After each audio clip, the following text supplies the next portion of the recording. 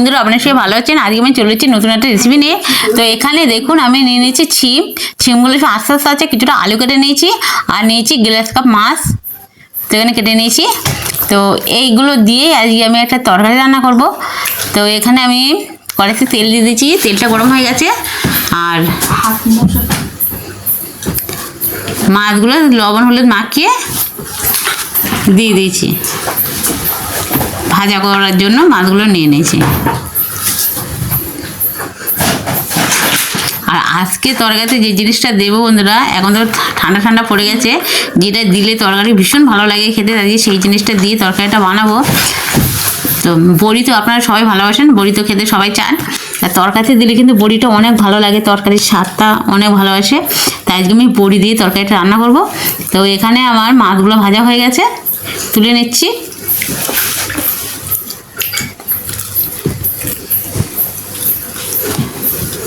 আর এখনো ভাজতে আছে, তো ওইগুলো একভাবে ভাজা করে নেব।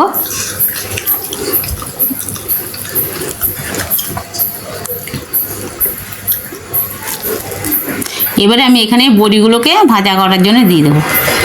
এই বড়িগুলো ভাজা করে নেব, খুব বেশি বড়ি দেবো না, এই বড়িগুলো দিয়ে দিচ্ছি। এগুলোকে একটু ভাজা করে নেব। তেলটা খুব হিট হয়ে আছে, একটু জোর কমিয়ে দিলাম গ্যাসে, দিয়ে বড়িগুলোকে একটু অল্প এতে সুন্দর করে ভাজা করে নিতে হবে। আর যদি আবার খুব তেল ভীষণ গরম হয়ে যায়, তার মধ্যে দিয়ে আরও গ্যাসের জোর বাড়ানো যায়, তাহলে কিন্তু বড়িগুলো পুড়ে যাবে উপর থেকে, ভিতরে কাঁচা থাকবে, ভাজাটা ভালো হবে না। তার জন্য বড়িগুলো ভাজার সময় কিন্তু একটু জোর কমিয়ে দিতে হবে। আর তেল যদি খুব গরম থাকে তাহলে একদম জোর কমিয়ে দিতে হবে, দিয়ে ওইভাবে নাড়াচাড়া দিতে হবে। কিন্তু বড়িগুলো কিন্তু আমার ভাজা হয়ে গেছে, সুন্দরভাবে তুলে নিয়েছি। তরকারি যা খেতে যা লাগবে না বড়ি দিয়ে। এবারে কিন্তু এখানে আমি জিরে আর নিয়ে নিয়েছি রসুন কুচি কুচি করে, তাহলে ফোড়ন দিয়ে দেবো।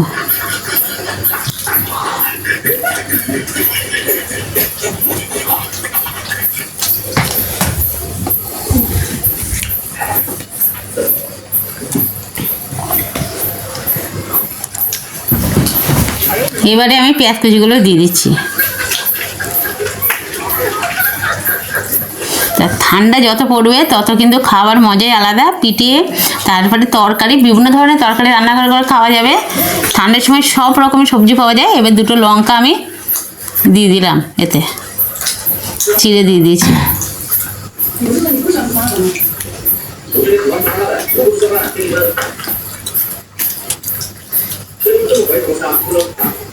এবারে পেঁয়াজটা লাল লাল মতন একটু ভাজি হয়ে যাচ্ছে, তার মধ্যে আমি এই আলুগুলো দিয়ে কষিয়ে নেব। আলুগুলো আজকে সিদ্ধ করে নিয়ে নিই, পেঁয়াজগুলো একটু ভাজা ভাজা হয়ে যাবে, তার সাথে আলুটাও বেশ সুন্দরভাবে কষানো, হাফ সিদ্ধ হয়ে যাবে। তার জন্য এর সাথে একসাথে দিয়ে দিলাম।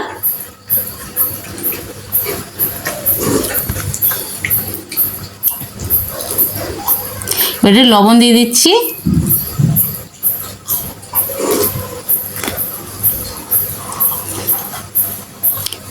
দিয়ে সুন্দর করে নাড়াচাড়া দিয়ে দিচ্ছি। দিয়ে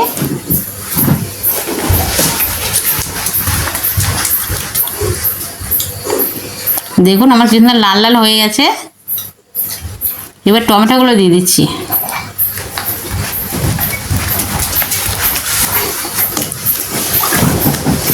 টমেটো কুচিগুলো দিয়ে দিলাম।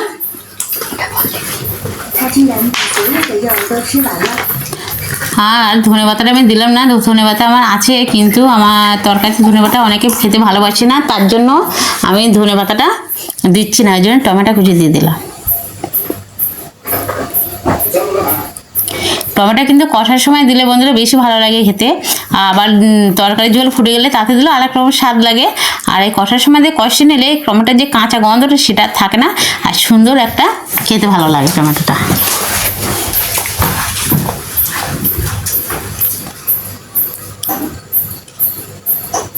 এবার আমি লঙ্কার গুঁড়ো দিয়ে দিচ্ছি আর হলুদ দিয়ে দিচ্ছি।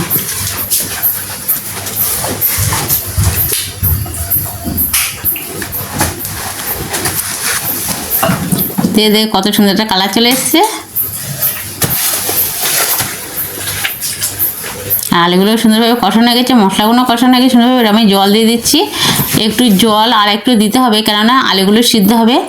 তারপরে আমি ছিমটা কিন্তু কষানোর সময় দিলে অনেক সময় ছিমটা ভালো সিদ্ধ হতে চায় না, সেই জন্য আমি ঝোলটা যখন ফুটে উঠবে তখন আমি ছিমটা দেবো। যেভাবে বেগুনের তরকারি রান্না করা হয় সেইভাবে রান্না করবো। আর ছিমটা কিন্তু আস্তই নিয়ে নিচ্ছি, ছিমটা কোনো ভাপ দেবো না, কোনো সিদ্ধ করা না, কিন্তু এর মধ্যেই হয়ে যাবে। আর তারপরে কিন্তু আলু আছে, আলুটা সিদ্ধ হবে, চিমটা সিদ্ধ হবে, আবার মাছ দেবো, মাছটা ঝোলে ফুটবে। ওই জন্য কিন্তু এইটুকু জল দেওয়াই ঠিক আছে, খুব বেশি হবে না, খুব কম হবে না।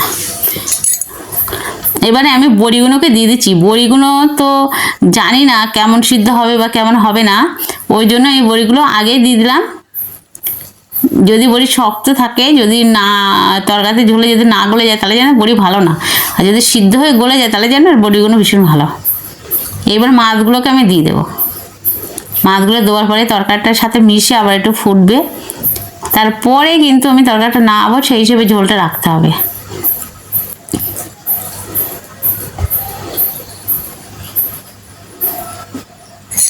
এই দেখুন কত সুন্দর একটা কালার চলে এসেছে। এবার আমি একটু গুঁড়ো মশলা দিতে বাকি আছে, দিয়ে দিলাম ওটা জিরে গুঁড়ো, ধনের গুঁড়ো, এগুলো ভেজে রাখা, একটু গরম মশলা দিয়ে দিলাম। এবার সুন্দর করে কড়াটা ধরে একটু নাড়িয়ে দিচ্ছি, যেন সবগুলোর সাথে গায়ের সাথে মিশে যায়। আর যে ওই যে ছিমটিমগুলো রয়েছে যদি ভালো সিদ্ধ হয়ে যায় তারপরে বারবার নাড়াচাড়া করলে সেগুলো ভেঙে যেতে পারে, ওই জন্য সেই কারণে করতে হবে। ওই যে পাত্রটাই হচ্ছে সেটা ধরে নাড়া দিলে হয়ে যায়। দেখুন আমার তরকারিটা হয়ে গেছে, নামানো হয়ে গেছে, নামিয়ে নিয়েছি, নিয়ে ঢেলে নিয়ে আপনাদেরকে দেখাচ্ছি। দেখুন কতটা সুন্দর দেখতে লাগছে, কত সুন্দর একটা কালার এসেছে, আর এত সুন্দর হয়েছে। দেখুন খুব বেশি ঝোলও রাখেনি, এবার খুব কমও ঝোল না, মানে মিডিয়াম যেরকম হলে হয় অল্প ঝোল সেরকমই আছে। তো যদি আমার তরকারিটা যদি ভালো লেগে থাকে আপনাদের লাইক কমেন্ট শেয়ার অবশ্যই করবেন, আর সাবস্ক্রাইব করে দেবেন, আর একটু বেশি বেশি করে শেয়ার করে দেবেন বন্ধুরা প্লিজ। আর যদি পারেন ভিডিওটা দেখার পরে কমেন্টে জানাবেন কেমন হয়েছে আর কতটা ভালো হয়েছে। তো আপনারা সবাই ভালো থাকবেন, সুস্থ থাকবেন। এতক্ষণ আপনাদের সাথে ছিলাম আমি সাথী ব্লগ থেকে। আর আবার একটা রান্না নিয়ে আপনাদের মাঝে আমি হাজির হব, ততক্ষণ